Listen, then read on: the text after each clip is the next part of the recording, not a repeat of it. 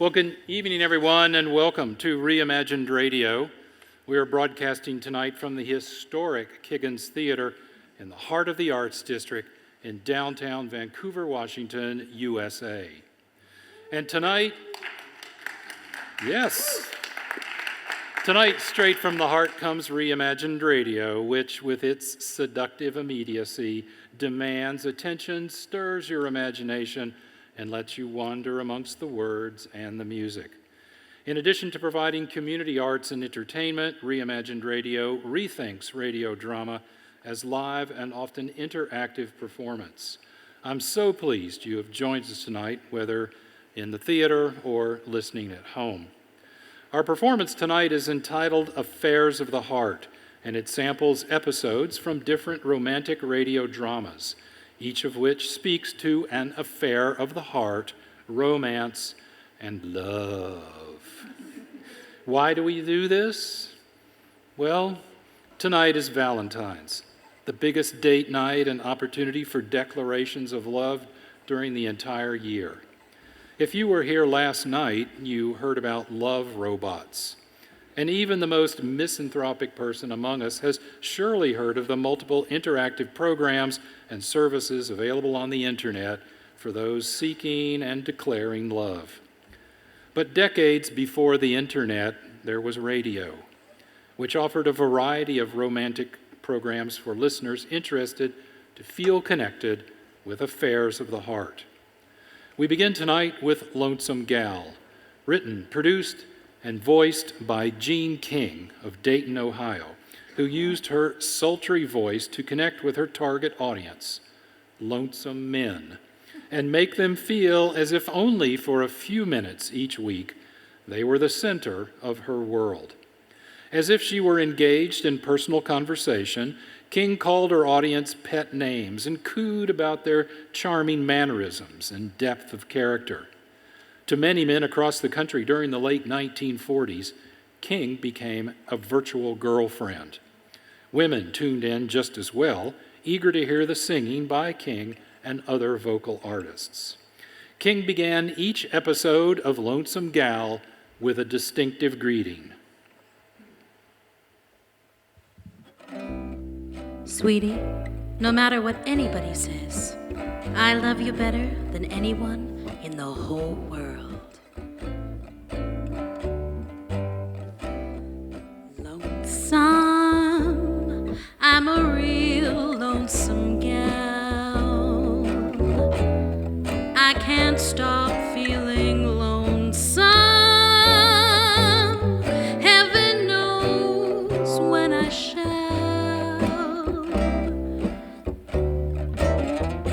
Hi, baby. This is your lonesome girl.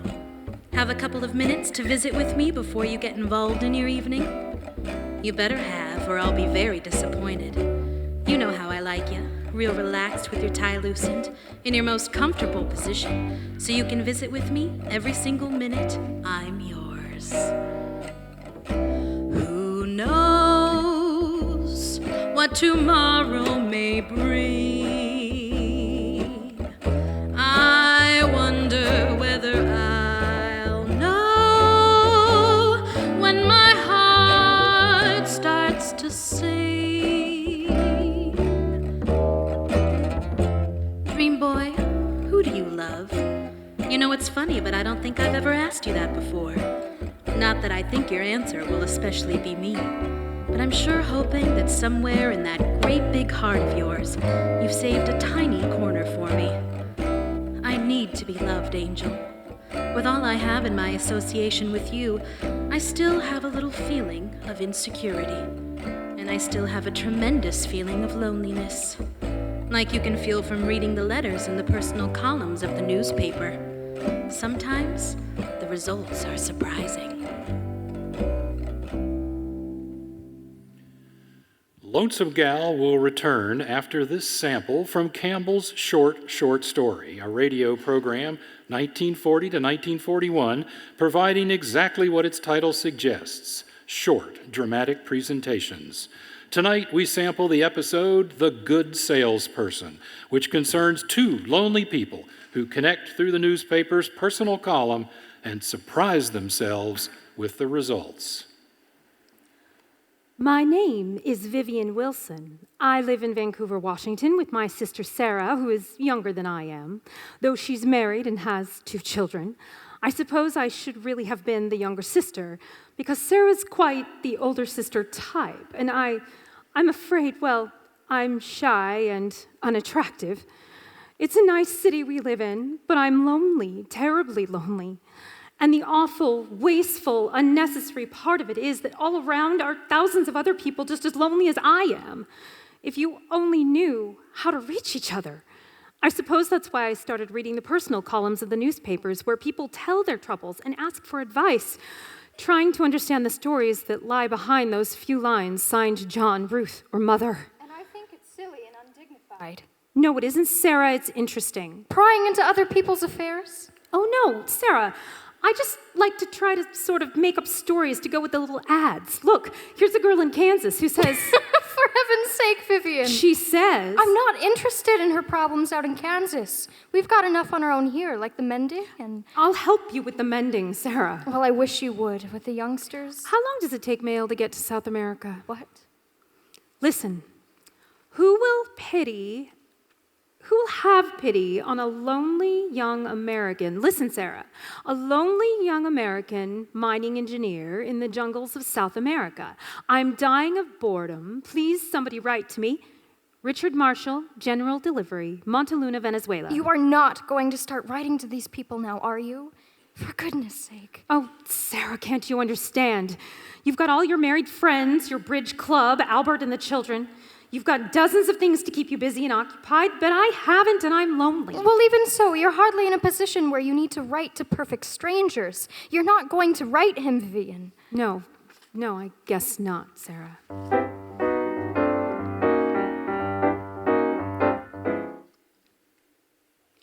October 20th.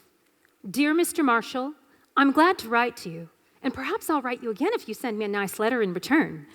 Life in Vancouver can be boring, Mr. Marshall, but I can't understand anyone being bored in South America. Please tell me about it. Would I like it there?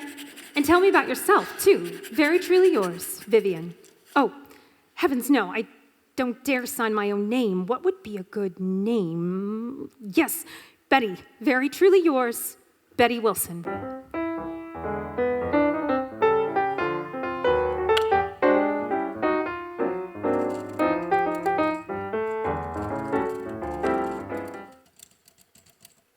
Montaluna, Venezuela, November 9th. Dear Miss Wilson, I'm 22 years old and working on my first engineering job. I'm sure I won't be so bored with South America if I can look forward to regular letters from you. It would be very nice if you'd send me your photograph.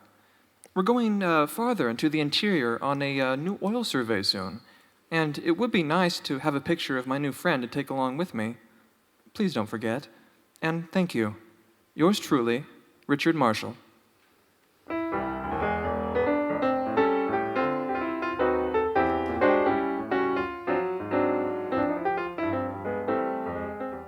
January 22nd. Dearest Richard. No. Dear Richard. Enclosed is a picture of me that was taken when I graduated from high school. I warn you, it flatters me. At present, I'm living with my Aunt Vivian. She wants me to marry a wealthy young man in the flour milling business, but I don't want to. Haven't I been good to send you my picture right away? Now you must send me yours. Please give my regards to the mango trees, the boa constrictors, and the pampas. You see, I've been doing quite a lot of reading up on South America. With fondest regards, Betty. Montaluna, Venezuela, March 13th.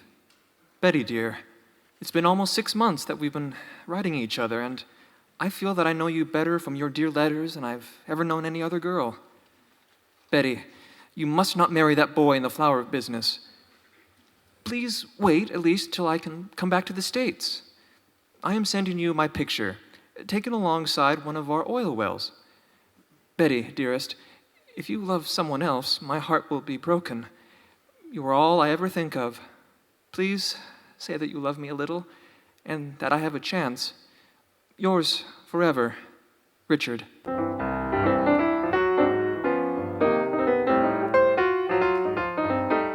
April 20th.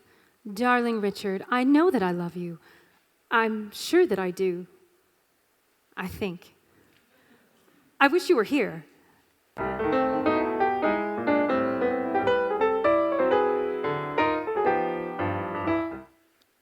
May 21st. Betty, darling, I'm coming home. There's a little more survey work on one of our oil wells to do, but it will be finished in about a week, and then I'll be leaving. For the first time, we'll see each other, Betty. Darling, last week I picked out something that I thought you would like. It is an engagement ring, and I will have it in my pocket when I see you. By the way, my favorite uncle, Mr. Albert Marshall, who has been knocking about South America for 4 years, is also on his way back home. He'll probably get to you as soon as this letter. Darling, your Aunt Shirley won't try to stop us from being married, will she? Until I see you, I love you, I love you, I love you. Your own Richard. Vivian, what on earth does this mean? Well, Sarah, I've been meaning to tell you, but... Is that man in South America in the personal column? Yes, but... Oh, Vivian! I know! I've been writing to him ever since last October, and one thing led to another, and the first thing I knew... He was in love with you. He's not really in love with me, Sarah. I invented a girl named Betty Wilson. I was afraid to use my own name, and Betty's the one he's in love with. And he wants to marry her. And she's me. Sarah, what'll I do? Well, Vivian, I didn't think you had it in you. How old does he think you are? 20. And you've been teaching school for 14 years. 15 in September. You're 3 years older than I am. You're 33.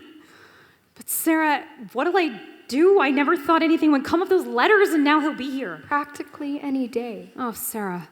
Well, you got yourself into this, and you'll have to get yourself out. But I... You told him your aunt's name was Vivian? Yes. Well, all I can think of is maybe you should tell him that your niece Betty is going to get married to that boy in that whatever it is business. Sarah, that's it. Maybe it'll work. Maybe if I were to tell his Uncle Albert when he comes. Hello, I'm looking for Miss Betty Wilson? Oh, hello. I'm her aunt. Isn't she here? I had a message for her from South America. I'm sorry. Betty was married 2 weeks ago. Married? Oh, but that's impossible. Why, they loved each other. She told him she loved, him. You're Albert Marshall, then? Did you force her to marry that flour mill man? What? Oh, no, Won't you come in, please? Well...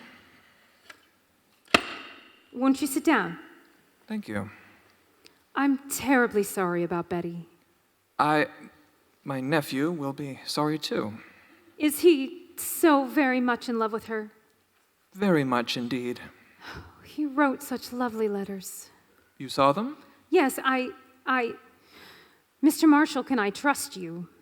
What? Why, yes, of course, but why? Mr. Marshall, there was never any Betty Wilson. What? I wrote those letters to your nephew, Mr. Marshall. You wrote them? Mr. Marshall, you're a man of my age. You understand, I know. I was lonely. I felt I had to have a friend. I didn't mean any harm, but I got in so deep with Richard that I couldn't find a way out. So that's why you said Betty was married. It was the only way out I could think of, Mr. Marshall. I do wish I could help Richard some way, but I've made a dreadful mess of things. Yes. Poor Richard. I'm so sorry, Mr. Marshall. If I could help him in some way. Yes, well, perhaps you could help him. I'll do anything, Mr. Marshall. I'll do my best to explain it to him, but look here, I think you'd better have dinner with me tonight, and we'll talk it over.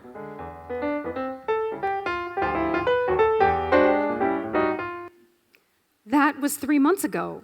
We sat and talked of Vancouver and D.B. Cooper and everything in the world except Albert's nephew, Richard.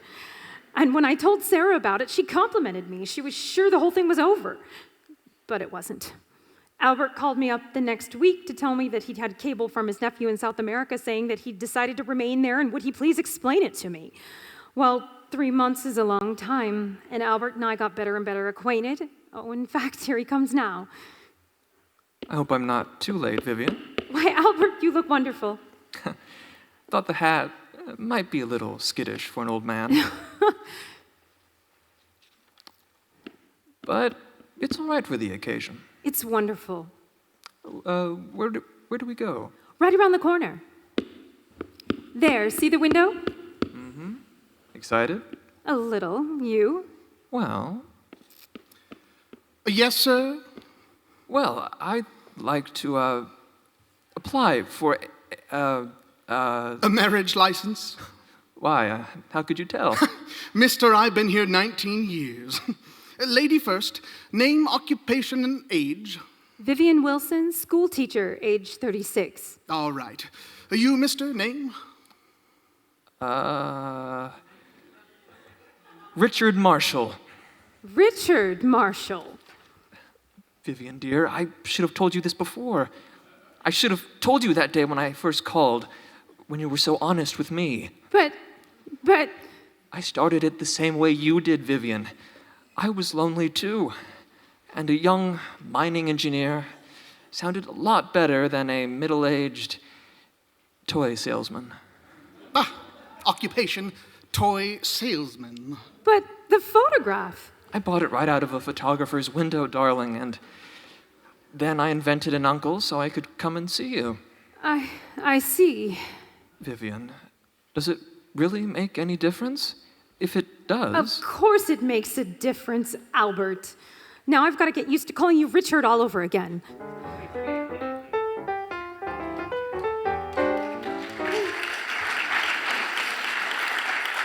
And so they lived happily ever after, even if they couldn't remember each other's names at times. You are listening to Reimagined Radio, and tonight we bring you our special Valentine's performance of Affairs of the Heart. You have just heard The Good Salesman, a story about how love can make us act in unexplainable ways and surprise us with the results. Angel, wouldn't it be wonderful to be blessed with profound wisdom along the lines of life's most important subjects? I would love, for instance, to be able to give a logical explanation for all the strange and unusual things people do when they are in love. There is really no reason for a person to stumble blindly off a curb or make his exit in familiar territory through a closet that's filled with brooms and dustpans. And it doesn't make sense to me to have your heart beat so fast that you feel like you're going to faint just because a person enters a room. Yet, it happens. Yes, forgetfulness, confusion, and mental preoccupation always seem to go hand in hand with romance. But sometimes there is a real purpose to the actions of someone in love. Our next act is sampled from The Valiant, an episode of Romance, a popular radio program, 1947 to 1960, of light romantic comedy. Our adaptation plays with the fact that one moment life kicks your heart to the curb, and in the next moment sets your heart soaring. You're very quiet tonight, Jimmy. You haven't touched your dinner. Yeah, I guess I am. Hey, Sue, there's something I gotta tell you. What's wrong, Jimmy? What can I do to help? Oh, you can't help me, Sue. No one can. What about your family? I have no family. I'm a wanderer. A few months in one city, a few in the next, and then hit the road. That's me. And I'm moving on now. I wish I knew what to say. I wish I knew how to keep you. Oh, Sue, don't you understand what I'm trying to say? I'm no good for you. Or any other woman. My days are marked now. I don't have so many left, and I got a lot to do in them.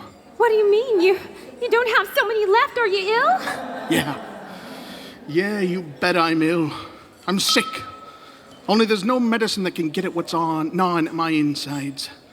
No doctor can reach it. Oh, Jimmy, I wish you'd let me help you. I love you so much. I wish you'd let me help you. No, I'm taking you home, and I'm saying goodnight and goodbye. And that's it. And then where are you going, Jimmy? Well then, Sue, honey, I'm gonna kill a man.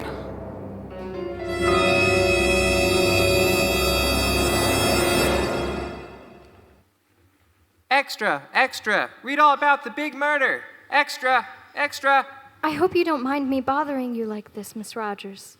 My name is Claire Paris. I've come to see you because I think you might be able to help me find my brother. I don't understand. Well, my brother ran away from home over 10 years ago. We've never heard from him since. My mother saw the pictures of James Dyke in the papers, and she's sure he's Jimmy. She says the resemblance is very striking. I'm not sure myself because I was only 9 when Jimmy left, and I don't remember him too well. Jimmy can't be your brother. He's no family. I know, that's what he said in court, but Mother thinks he might just be covering up so as to not disgrace us. And then when we saw your picture and read that you and he had been engaged, we thought you might be able to help. But he can't be your brother. He always said he never had a home or a family. I can't go home with at least seeing him.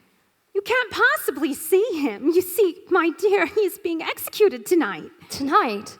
But I've got to see him. You see, there's another reason. The man James Dyke killed was the man who ruined my father in business. He was responsible for my father's death. The man who ruined your father in business? You're sure? I'm positive. Then come on, we've got to see the governor right away.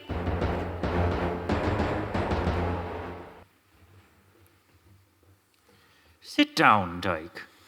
This is the last chance I have to ask, and the last chance you have to answer. Who are you? I'm James Dyke, murderer. That isn't your real name, and we know it. You're not going to execute a name, you're going to execute a man. What difference does it make whether you call me Dyke or something else? You're a completely new animal to me, Dyke. We've never had a man in here before that no one could find anything about. Even that girl you were engaged to didn't know who you were. I told you who I am.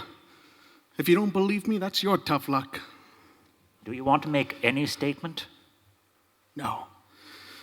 I guess I've said everything. I killed a man, and I'm not sorry for it. That is, I'm not sorry I killed that particular person.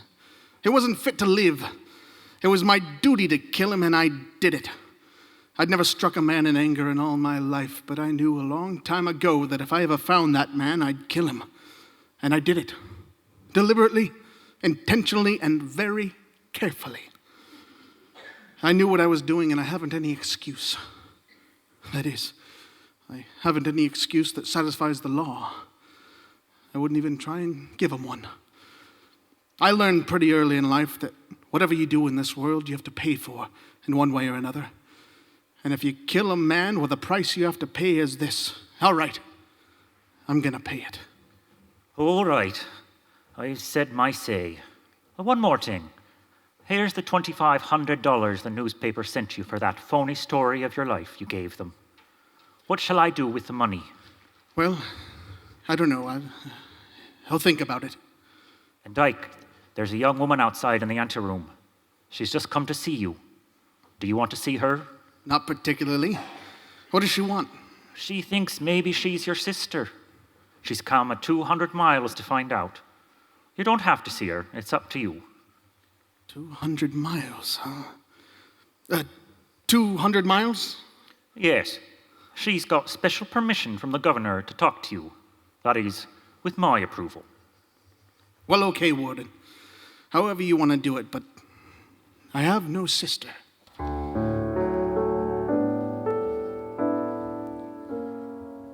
Well, sweetie, in just a moment we'll return to Act 2 of The Valiant. But first, I want to talk to you about unpleasing breath. I know you notice it quickly enough in others, the smell on their breath of a recent cigarette or last week's fish casserole. But you may never suspect it in yourself.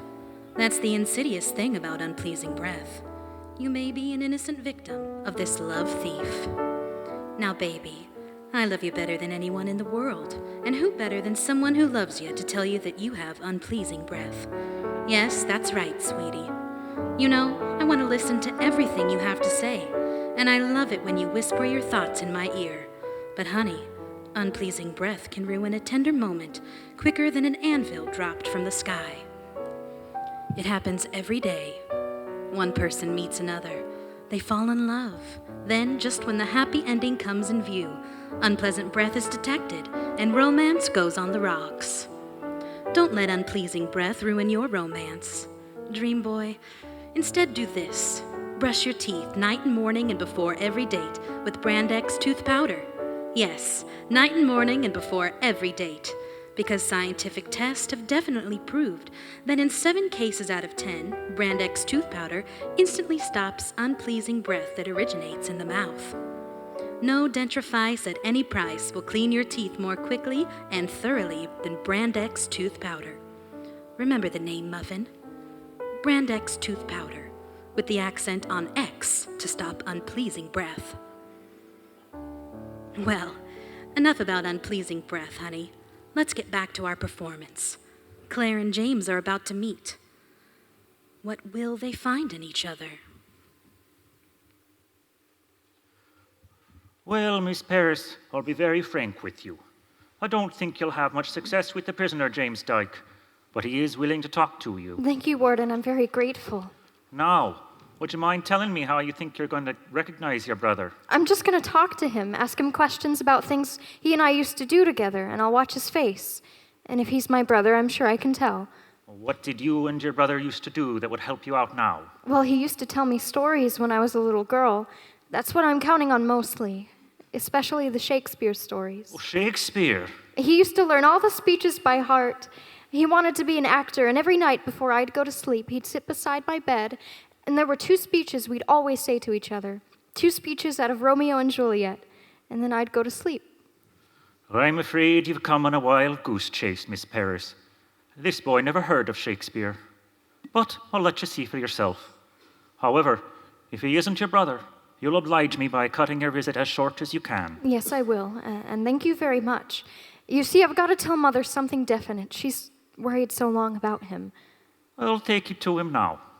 You can see him alone, but Father Daly and I will be in the next room, so you needn't be afraid. No, I won't be afraid. Good for you. Come on.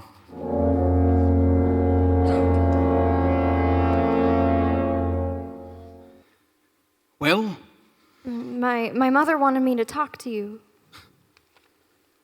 well, You see, we hadn't heard of my brother Joe for such a long time. Mother thought, after what we read in the papers... you thought I might be your brother Joe, huh? Yes. Well, you can easily see I'm not your brother, can't you? Is your name really James Dyke? Yeah, that's my name. Miss, you don't think I'd lie at this stage of the game, do you? No, I don't think you would. Where do you come from? I mean, where were you born? Up in Canada. But I've lived all over. But didn't you ever live in Ohio? No, never. What kind of work do you do? What was your business? Oh, I've been about everything a man could be, except a success. Do you like books? No, not very much. Oh, how about Shakespeare? Shakespeare? Are you kidding? No, my brother liked Shakespeare.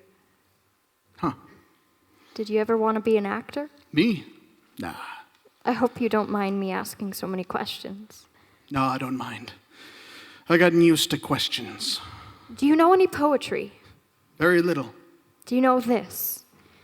Thou knowest the mask of night is on my face, else would a maiden blush bepaint my cheek for that which... You don't know it? No. Tell you the truth, it sounds a bit silly, doesn't it? Good night, good night. Parting is such sweet sorrow that I shall say good night till it be morrow. What comes next?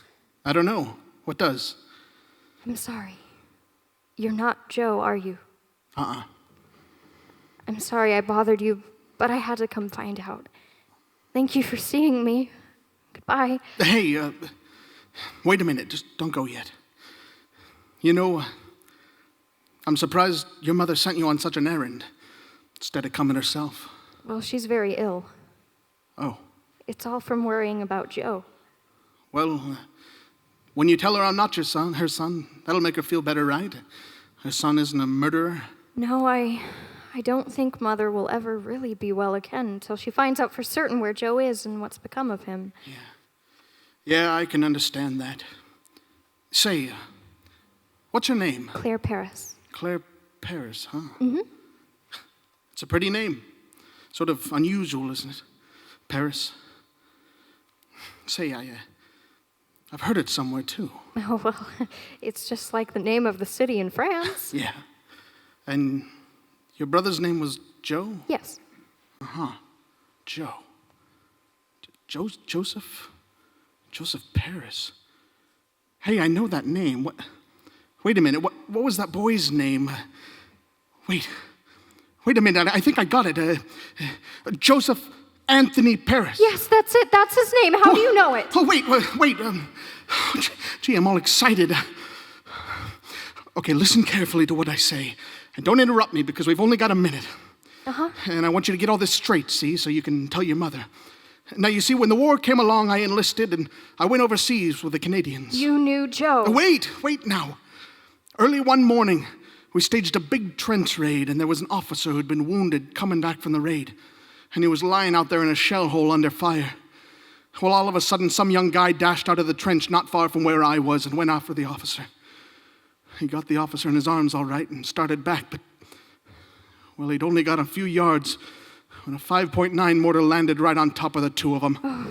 Yeah. Afterward, we got what was left. But the identification tag was still there, and that was his name, Joseph Anthony Paris. Oh, my goodness.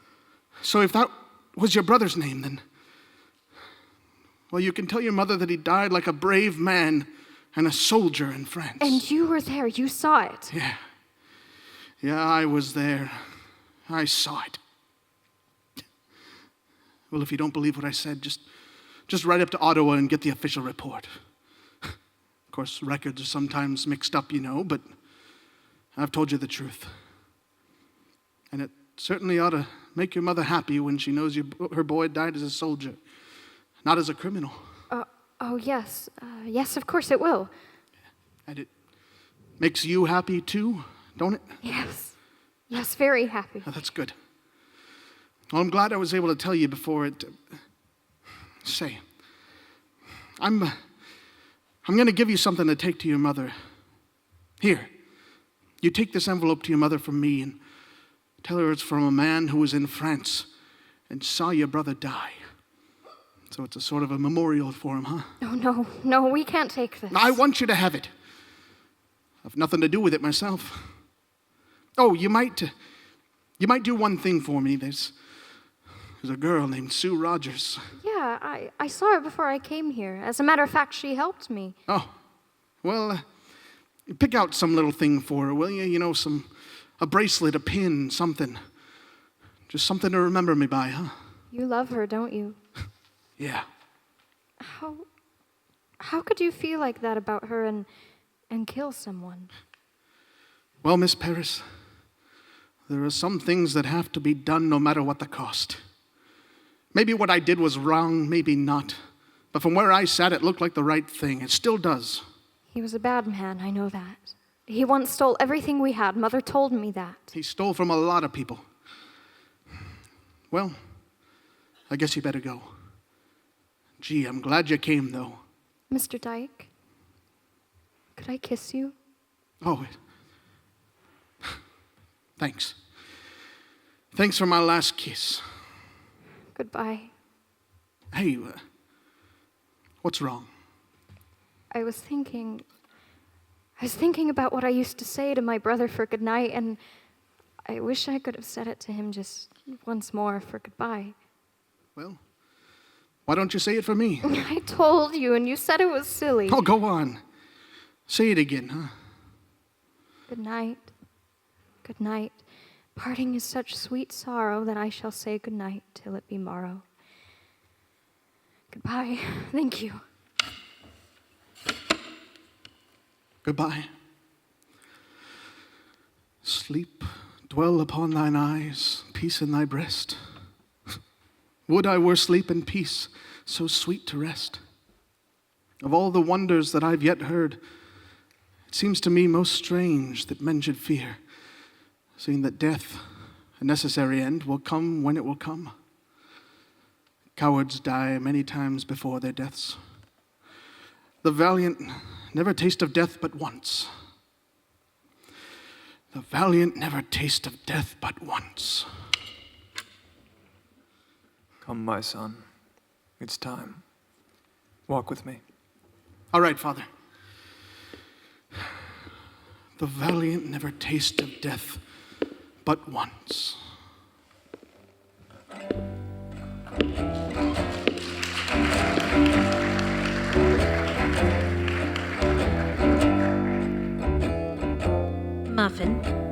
ever been on a scavenger hunt? Gee, I think they're fun. Every time I've been on one, I've been given a list of things that are almost impossible to obtain. Of course, that's what makes it fun. The most difficult things I've ever had to find were a bird's eyelash and a red curl from a bearded lady. Yes, scavenger hunts can be really challenging, especially when looking for love.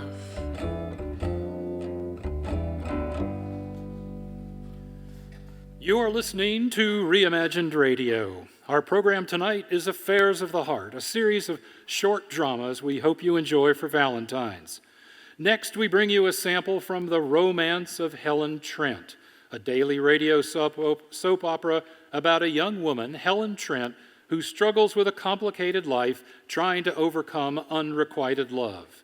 In this episode, Helen Trent is deeply in love with the handsome lawyer Gil Whitney and faces the most desperate hour of her romance as Faye Granville, an adventuress as beautiful as she is evil, has trapped Gil into a false promise to marry her and is on the eve of announcing it. Yesterday, we heard Gil say to Helen, Darling, this was devised by an evil woman. I love you, Helen. I never asked Faye to marry me, but Faye is trying to force it. Somehow I'll fight my way out. Gil, there's only one way to find out Faye Granville's past. If you could prove she's a notorious woman, if you could just... I've tried, Helen. Faye has covered her tracks too well. Then, Gil, I'm going to try. There must be someone somewhere who knew Faye Granville once. If there is, Helen, you're not going to find out. Faye Granville is as vicious and ruthless as she is clever. She'll stop at nothing to harm you if it suits her. That's the hold she has over me, darling. And you, Helen, are going to stay away from her.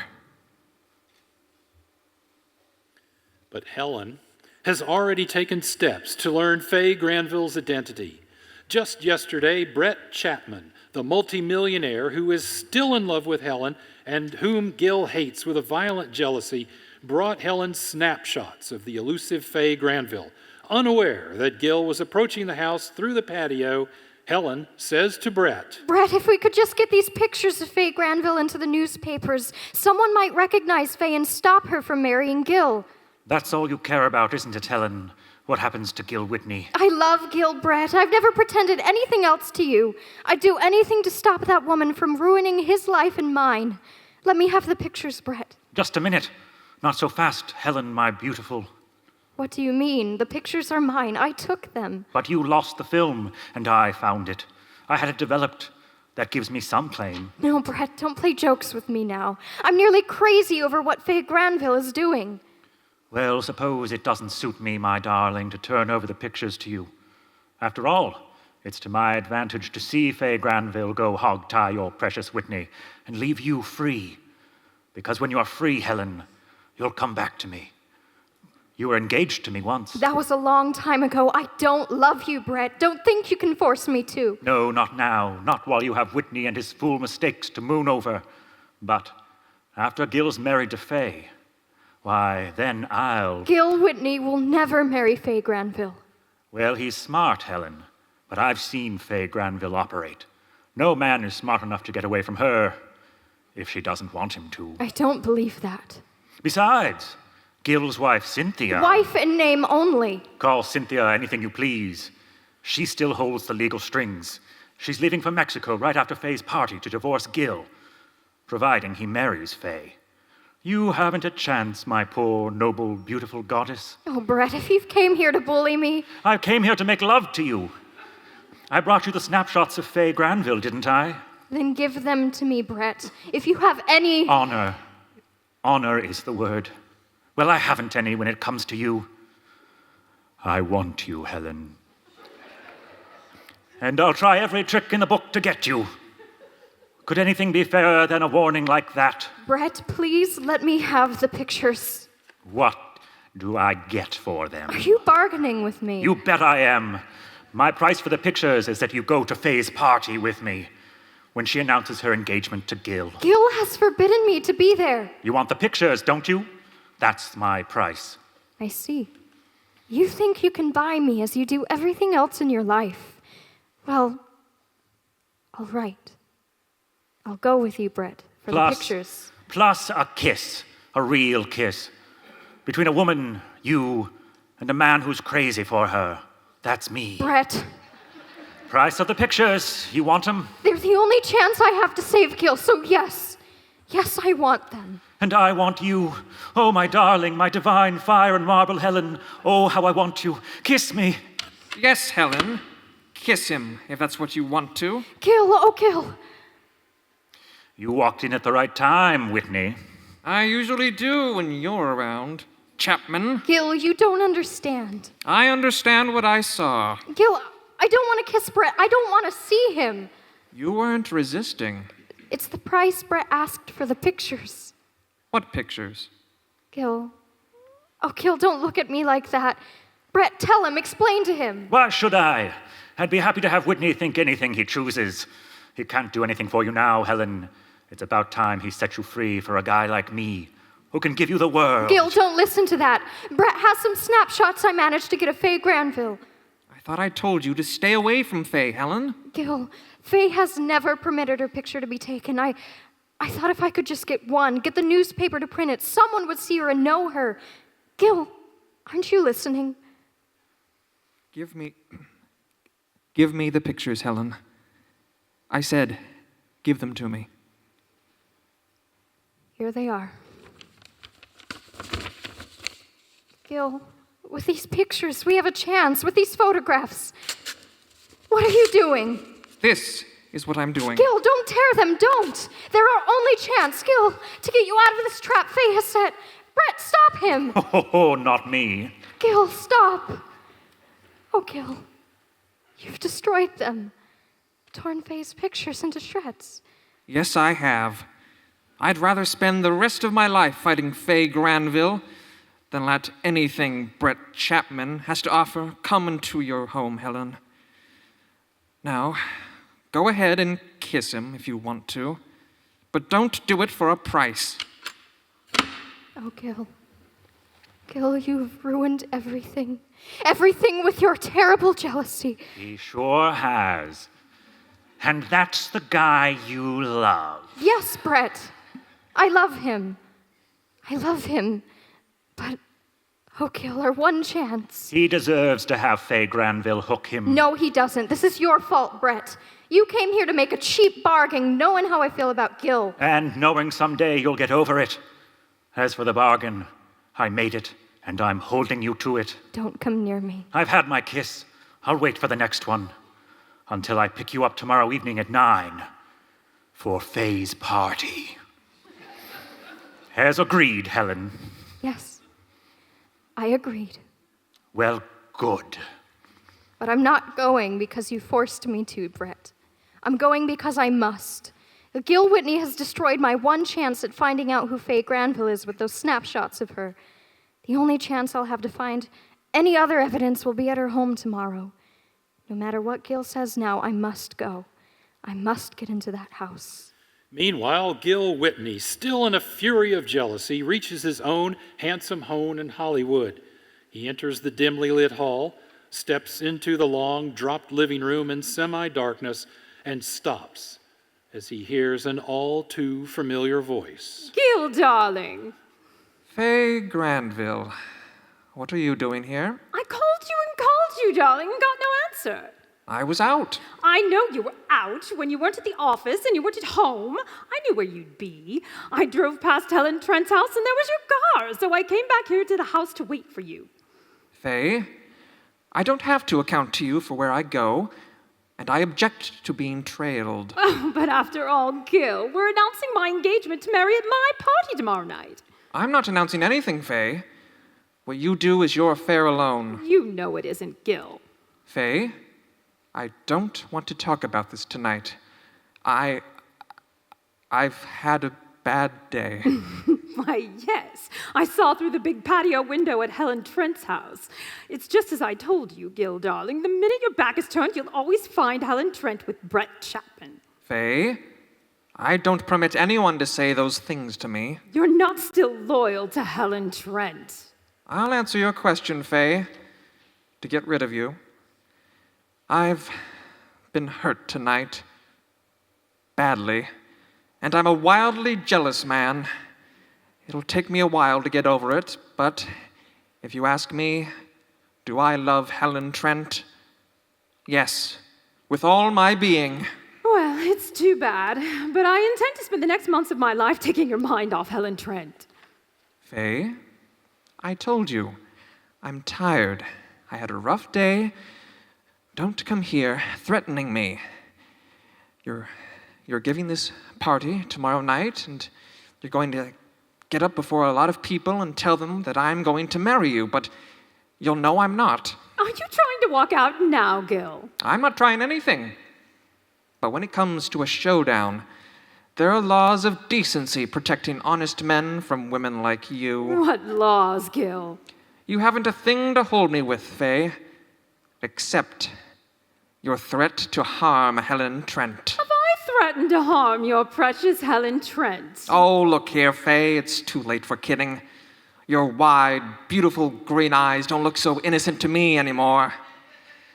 You know you and your brother, Darcy, would stop at nothing to harm Helen. Oh, my brother Gil. You know my brother Darcy, he isn't quite responsible, and Helen has made him angry. By not accepting his rotten advances, I suppose. I really can't be responsible for Darcy, Gil, though of course I try to control him. Faye, I know his angles as well as you. You, with the help of my malicious wife and name only, Cynthia, have devised this trap to separate me from Helen Trent. I can see it as plain as my hand, and you're using Darcy as a sword over my head. Right now, there isn't much I can do, but the next step is your party, and I warn you... Warn me of what, Gil, darling? Don't come near me, Faye. You're tired, Gil. You're talking too much. Wearing yourself out. Faye, please go away. Why, Gil? Faye, I don't want your arms around my neck. You did once, Gil, and this is the night before we announce our engagement. Faye, leave this house. Leave it now. You can't stay here. Kiss me, Gil. Faye, let go of me. No, I don't want your arms around me. Kiss me just once, Gil. Just once. Then I'll go. Like this. What was that? Recording our kiss for posterity, Gil. You can come out from behind that sofa now, Darcy. What have you done, Faye? What is the meaning of this? Helen Trent thought a picture of me would be so valuable.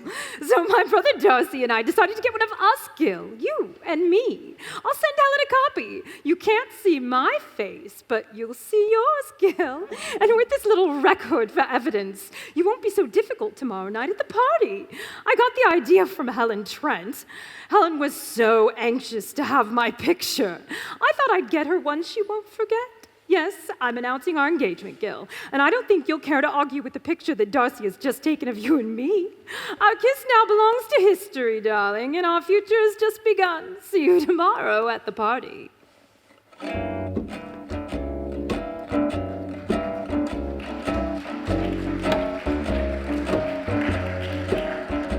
It doesn't look good for Helen Trent or Gil Whitney. After being tossed about by the winds and waves, both their hearts are on a collision course with the rocks of love. Our next story, Bloodthirsty Kate, is sampled from a 1956 episode of Romance and takes our theme of affairs of the heart to the high seas, where we hear that even pirates have trouble finding love. All right, sit ye down, mateys. Oh, Captain. Oh, thank you, sir. Now, I've called this council of war, so to speak, because our fortunes have sunk to a horrible bottom. Oh, bad is that, Captain? Worse, we ain't got a brass farthing in the coffer, and the rum aboard's only fit for pigs and the crew. It's truth? Aye, it's truth. Gore. I ain't seen a ruddy ship for nigh on 3 weeks, and something's got to be done. I was about running down to Trinidad. We might find pickings there. Oh, begging the captain's pardon. I've heard tell that Bloodthirsty Kate is in the waters, and she don't take kindly to anyone poaching on her rights. Bloodthirsty Kate! That miserable old cow. calling herself a pirate. That's scurvy excuse for a woman. I'd like to meet her just once. I'd blow the whole flaming lot out of the sea. Now come on, we're sailing for Trinidad. Sail ho! Starboard bow!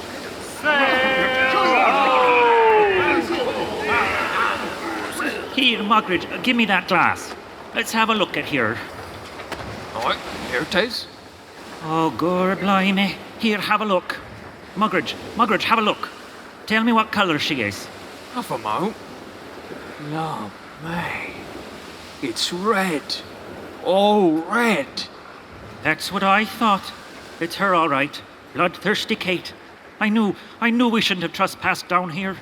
We're in for it now, and no mistake. Oh, what is it? What is it? Starboard, Captain. A red ship. Blimey. Bloodthirsty Kate. Bloodthirsty Kate! Aye, men! She's bound to be loaded down with ransom. Gold, silver, precious jewels. Good rum. What a prize, eh? What a prize. Bloodthirsty Kate. Look at her, men. She's too big, too clumsy. We'll rake her across the bow and give her a broadside that'll make her strike. All right, bullies. Pass out the cutlasses, pistols, run up the Jolly Roger, and let's have a do. All right, gun crews to your stations.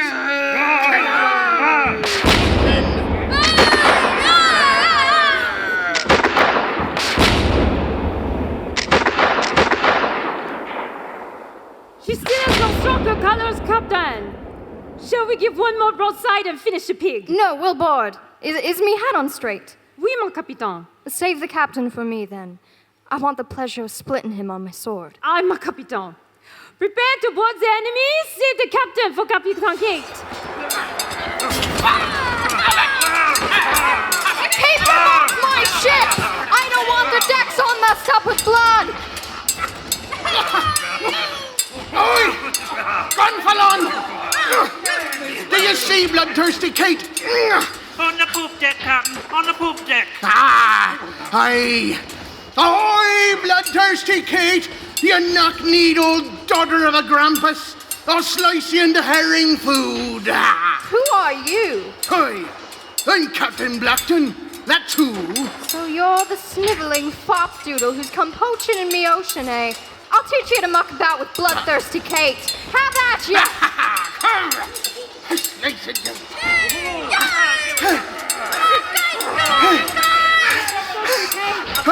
I've beat him, and I've loved him, but I never thought I'd have the pleasure of carving up a woman. Oh, you greasy bit of blubber. I'll use your head as a mop to swab the decks when I'm finished with you. Mon capitaine, we have once a day. The ship is ours. Your orders. Hold on till I finish with the pig dog here. Oui, mon capitaine. I'll say this for you, fat toad. No man's ever stood up before Bloodthirsty Kate for this long in mortal combat and lived to tell it. I never had no mortal combat with a woman before. You rancid old saddle of mutton. But there's not been a man fought against me as well, nor as long. Mon capitaine, I beg to inform you that our crew has returned to our ship. It is no longer safe to stay here. The ship is sinking. The decks are awash. Hold your sword a minute, Blackton. Blimey, it's the truth. My poor old tub's done for. She's going down. We'll get aboard my ship and I'll finish you off there. No. Rules is rules. When I beat you, I take over your ship and your crew. I never said you nay to that. What about me own blinking crew, hey? Think I want to see 'em perish afore me eyes while we fight nice and dry on your ship and they're tied up to drown here like rats? All right. Bantanage, Oui, mon capitaine. take that scurvy lot aboard and make them take their shoes off first. I don't want my nice clean deck covered with all their nasties. And fetch me another pair of stockings. These has got a rip in them. Bien, mon capitaine, it will be as you wish. We'll finish this where it's dry, Blackton. Me feet's getting wet, and I always catch me death of cold when me feet's wet. Come on, before we have to swim for it. Are you ready to continue, Blackton? I am. But first, the rules. Rules is rules.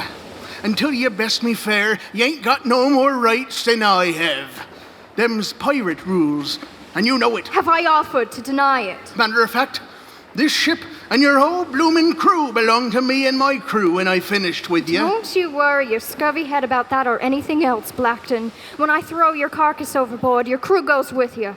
And that's an end of it. All right, you fish-faced old hag.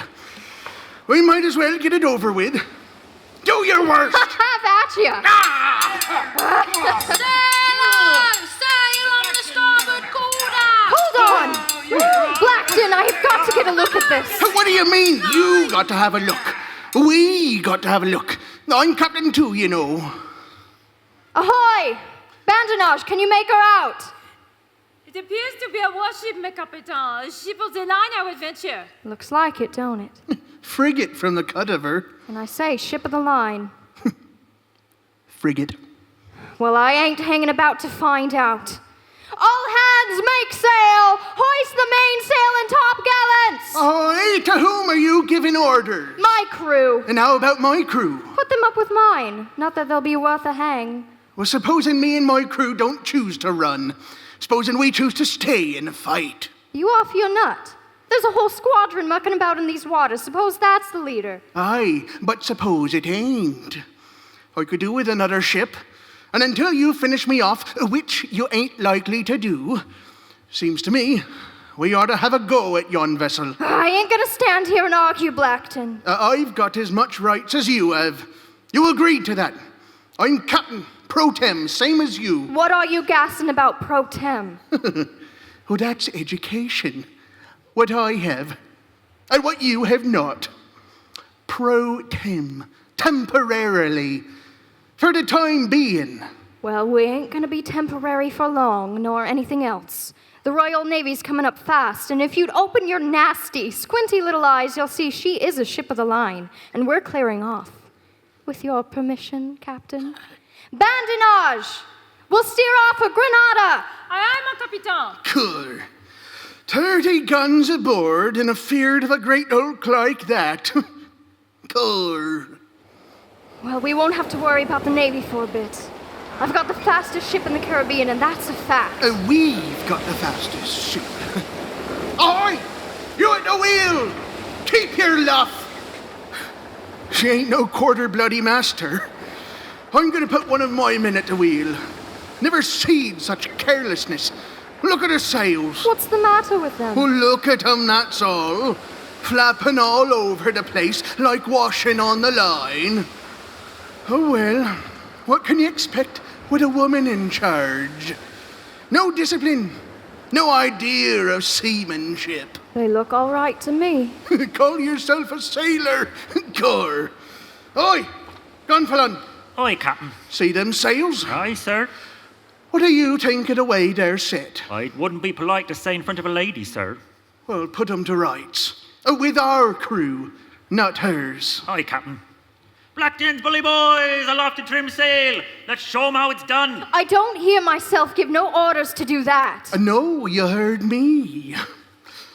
Now look here. Something's got to be done about this, and that's a fact. There ain't no ship afloat can be commanded by two captains. Tain't in the nature of things. It's my ship. How many times must I tell you, it's our ship, Pro Tim. Until we settle it. Either you beat me, or I beat you. Well, then I say let's finish it quick. Pistols at 10 paces, how's that for you? I couldn't be happier. All right, so be it. Bandinage, bring up them dueling pistols I took off the Spaniard in Panama. Dueling pistols? Oh, begging your pardon, Captain, but you can't hit the side of a galleon with no pistol. Hold your tongue, Gelfin. Aye, aye, mon capitaine. And how's about a drop of rum before we begin, eh? I'm fair parched. And Bandinage, bring some rum. Aye, mon capitaine. Now do me the honor of casting your eyes aloft. That's the way to set a sail. I always say, takes a man to do a man's job. Meaning? Well, you're a female, and your crew behaves like a lot of blinking females. Though seeing as how they're led by one, it's human nature, I suppose. Who defeated who in battle? Whose ship defeated whose? Oh, that. It's nothing. Look, I'll admit, my ship wasn't much. Heavy in the head. Not enough guns, but it wasn't no seamanship that won for you. Just luck. Besides which, I had it planned that way, to attack you, so I could take over your ship. I had it planned. Oh, you're a ruddy marvel. I've never heard such a spouting of drivel in me life. When I blow your head off, I'm gonna have it mounted in me cabin so I can look at it and be happy I was born a woman. The pistols, mon capitaine, the rum. All right, is me hair done up all right? Beautiful, charming, mon capitaine. Women should always look her best no matter what. That's what I always say. Come on now, Blackton. Have your last drink, because the next thing you'll be tasting is salt water. Well, I'll drink a toast to you then, Kate. You're only a woman, and, well, not much to look at that. But you're not afraid to die at the hands of a marksman such as myself. Oh, he's got a gullet like a hippopotamus. Give the bottle over before you drain it. That's a lovely drop of rum, that is. Here's to you, Blackton. I'll have more pleasure doing you than I've had since I strung up the Spanish Admiral at Portobello. All right. Take your choice of pistols, Blackton. It don't make no difference to me. Well, I'll have this one. All loaded. Fair? Of course they are. All right. Sure you want to die this way? No hard feelings? No hard feelings. I hate to do it. Don't seem fair somehows. What? Well, I'll admit you're not bad with a cutlass, but you haven't got a chance with pistols. That's my hard luck then, ain't it? Here, Bandinage, you count us 10 paces. Ah, oui, mon capitaine. It's a shame. What's a shame? You could have stayed at home like a decent woman. Had babies. Been a loving wife to some hard-working man. Then I wouldn't be in the dreadful position of having to commit cold-blooded murder. You wouldn't have minded doing murder with a cutlass. Well, that's different. It's sporting-like. This is murder. I'll tell you straight, I don't like it. Gives me the queasies in me belly. Don't worry, I'll shoot you in the belly. It'll make your queasies feel better. Start counting, Bandinage. 1, 2, 3, 4, 5, 6, 7. No, stop! I can't do it. I can't, that's all. What do you mean you can't do it? Murder. That's what it is. And Cotton Blackton draws a line at murdering a woman. Here, I drop me gun. Shoot me. Go on, shoot. Tain't the rules, and you won't have defeated me in honorable combat, but I'd rather you shot me down like a dog than to have to commit murder. Listen, you miserable old barrel of spoiled pork. You know I cannot do that. I'd lose face with my crew. Now pick up your pistol and we'll have another go at it. No. My conscience won't allow it. I look at you and I think of me mother. Bless her poor dear heart. Blast your mother and blast you, Blackton. It ain't right playing on me sentiments like that. Here, Kate. Let's have another drop of rum and talk this over. There's got to be another way. Well, there ain't. One of us has got to be captain and one of us has got to die. It ain't good for the crew. Look at 'em standing around like a lot of lost children. Fear makes your heart bleed. There, see? That's what your problem is. Children. You got a hidden hunger to fulfill your womanly functions, so to speak. They ain't men and women to you. They're children. Have I got to listen to this muck? Here, have another swig of rum. Kate, I have an idea. What? Well, suppose we left off trying to kill each other. How can we? Someone's got to be captain. We both would be. You're balmy. Here, have a swig yourself. Don't mind if I do. Both of us, Kate. I don't mind admitting, in these past few hours, I've taken a great liking to you. I have a respect. You're the first woman I've respected since me mother. I accept the compliment in the manner it has given. Well, the crew, they need a leader. They need a man, and they need a woman. Your tender ministrations to keep 'em happy as children. Mine to keep 'em happy and strong. Blackton, are you suggesting what I think you're suggesting? Holy wedlock solves the whole problem. Lummy. Captain and Mrs. Horace Blackton. How's it sound to you? Captain Horace and Captain Kate Blackton sounds better, but I ain't saying I'll do it. I'll have to think about it. Oh, why don't you? I'm not a bad sort, and I can see you and I'd have a bit of fun, what with the piracy and all. There's £1,000 on my head. There's 1,000 on mine, too. Well, there you are. We'd be the most famous couple in history. You think about it, Kate. I'd be very proud if you'll give your consent. With your permission, Captain, I'll retire to my cabin. My sentiments is all stirred up, and I'd like to gain me composure, so to speak. Your servant, Mum. Oi, Bandonage, help your captain to her quarters and come back. I've got orders for you.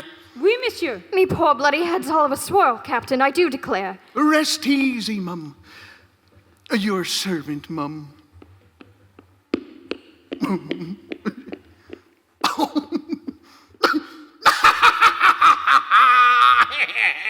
Everything all right, sir? Oh, everything's lovely, Gunfalon. Oh, I didn't get half wind up when I see you starting the duel with her. She's a dead shot. I know, and I can't hit the bride's side of an elephant at 5 paces. But I couldn't let her know that. No, it had to be done artful-like. And there never was a woman who didn't go all soft when you play on her heartstrings. I'm gonna marry her, Gunfalon. Marry her? That's right. We'll have a ship, her ship, a nice big crew, her crew, and a good cook.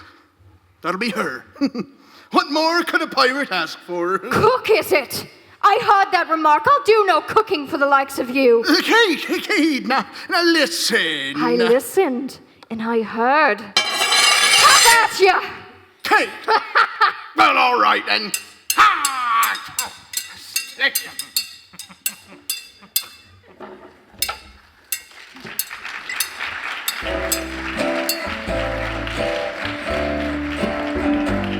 You know, sweetie, it's Valentine's night, and I hope that you've got a special friend, someone that you know and understand so well that just sitting together without a word spoken is enough. Sharing the wonderful bond of friendship. It doesn't matter where you are, in a boat casting for salmon, playing a game of cards, or sitting in the Kiggins Theatre listening to reimagined radio. You and your friend are enjoying each other, and somehow the fishing is better. The card game is more interesting. The drama is more enjoyable. So, Angel, be generous with all the things you have. Share them with your friends. Well, hun, I've always said that I like everybody, but that doesn't apply to the guy that invented the clock. I no sooner get snuggled up and cozy with you, and then I have to leave. I'll be back again soon, and I look forward to another visit with you. I don't know about you, but my time away makes my heart grow fonder. That proves to me that your Lonesome Gal loves you better than anyone in the whole world. Who knows what tomorrow may bring? I wonder whether I'll know when my heart starts to sing. If you have love to spare, lips to share, why don't you be a pal? Share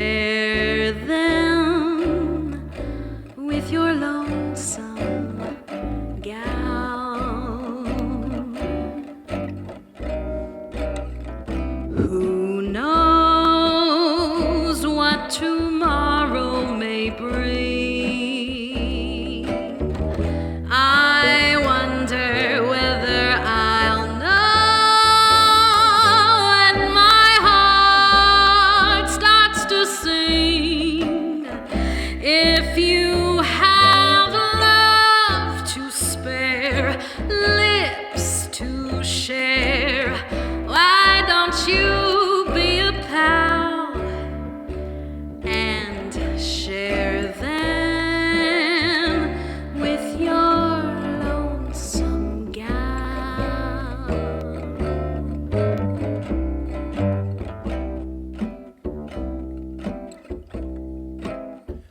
That concludes tonight's performance of Reimagined Radio. 4 short stories and remarks from Lonesome Gal. Our theme tonight has been affairs of the heart, romance, true love, perfect for a Valentine's date night.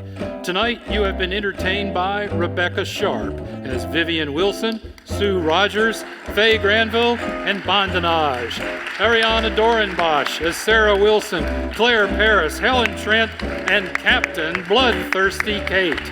Derek Noland as Richard Marshall, the Newsie, the Priest, Gil Whitney, and Mugger Ridge. Larry Taylor as the marriage office clerk, James Dyke, and Captain Horace Blackton. Greg Schilling as the warden, Brett Chapman and Gonfalon, and Barbara Richardson as the lookout and Lonesome Gal. Radio relies on voice, and as you heard, these folks brought a great deal of magic to the microphones tonight. Thanks also to Dan Wyatt Jr., the most generous owner of the beautiful Kiggins Theatre and technical director for tonight's performance. Thank you to Barbara Richardson, Executive Director of Metropolitan Performing Arts, a school for theater, music, performance, and dance here in Vancouver. Thank you to Deanie Gregar, Director of the Creative Media and Digital Culture Program at Washington State University, Vancouver. Thank you to John Oberg of KXRW, Vancouver's community radio station, who is recording our broadcast tonight. Thank you to Fleur Chocolat for their solid chocolate truffles. Fleur Chocolat was recently noted as the best chocolate shop in the entire state of Washington by USA Today. If you haven't visited and tried their chocolate, you must address this deficiency in your life. Go, enjoy, and take home some chocolate to share with those you love. Thank you to Gus Reeves and Brad Wagner, who as performing musicians call themselves River Twain. We hope you enjoyed their unique stylizations of train-hoppin' Dust Bowl soul music. Brad Wager is the owner of Wager Audio and provided our sound engineering tonight. We hope you enjoyed what you heard. And finally, thank you, the audience, for joining tonight's performance of Reimagined Radio. Please watch for our next performance and join us for another evening of live radio drama. Until then, this is John Barber saying go well and take care of your heart. But don't be too cautious. Shoot for the moon. Even if you miss, you will land among the stars. Good night, everyone, and thank you for supporting Reimagined Radio and what we love, entertaining you.